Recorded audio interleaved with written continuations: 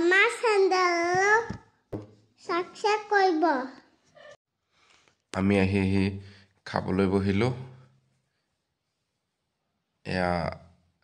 ৰূপদা বিষ্ণুদা প্ৰহ্লাদ দা আমি খাবলৈ বহিছোঁ খুব কষ্ট হৈছে দুটা দিনত মজা খানা কেনেকুৱা আছে মজা মজা আমাৰ সম্পাদক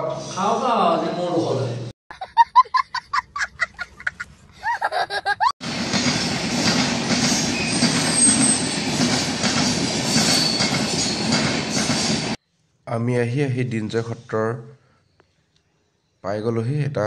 মনোমোহা পৰিৱেশ আপোনালোকে দেখিবলৈ পাইছে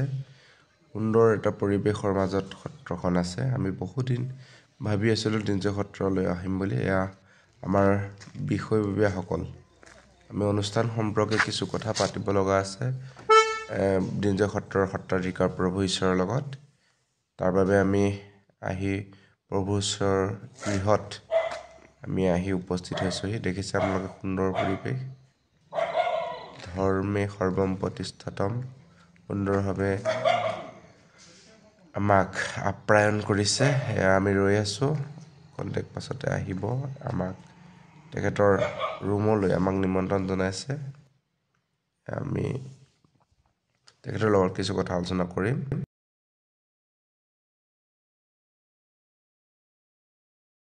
প্ৰভু ঈশ্বৰৰ লগত কিছু কথা আলোচনাৰ পাছতে আমি আহি উপস্থিত হৈ গ'লোঁ সকলোৰে মৰমৰ সকলোৰে শ্ৰদ্ধাৰ সৰ্বানন্দ সোণোৱাল ছাৰৰ ঘৰত সৰ্বানন্দ সোণোৱাল ছাৰক অনুষ্ঠানটিলৈ নিমন্ত্ৰণ দিবৰ বাবে আমি আহি উপস্থিত হৈছোঁহি কিয়নো তেখেতে আজলীয়াই সম্ৰাংগীন উন্নতিৰ কাৰণে যথেষ্ট কৰি থৈছে এয়া দেখিছে আপোনালোকে সৰ্বানন্দ সোণোৱাল ছাৰৰ ঘৰ পৰিৱেশ লগতে তেখেতৰ আগন্তুক ইলেকশ্যনৰ বাবে এটা কাৰ্যালয় ডিব্ৰুগড় জিলা কাৰ্যালয় ইয়াত নিৰ্মাণ কৰি আছে আমি জিলা কাৰ্যালয়ত উপস্থিত হৈছিলোঁকে পৰিৱেশটো চাবৰ বাবে আপোনালোকে দেখিছে এটা সুন্দৰ পৰিৱেশত তেখেতৰ নিৰ্বাচনী প্ৰচাৰ চলাবৰ বাবে এটা কাৰ্যালয় নিৰ্মাণ কৰিছে আমাৰ বিষ্ণুদা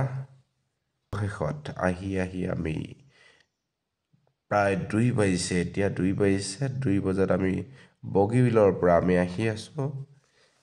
আহি থাকোঁতে ৰাতি গাড়ী মই চলাইছোঁ লগতে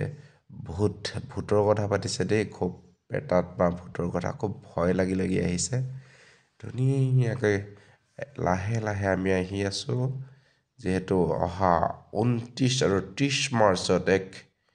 গৌৰৱোজ্জ্বল ক্ষণ আজলীয়াই থানত হ'বলৈ গৈ আছে পোনপ্ৰথমবাৰৰ বাবে আজলীয়াই দিৱস আপোনালোকৰ আশীৰ্বাদ কৰিব সহযোগিতা কৰিব আৰু আশা কৰিছোঁ সকলো যুৱক যুৱতীয়ে উক্ত অনুষ্ঠানটিৰ সহায় সহযোগ কৰিব যাতে আজলী আইক আমি বিশ্ব দৰবাৰত প্ৰতিষ্ঠা কৰিবলৈ সক্ষম হওঁ ধন্যবাদ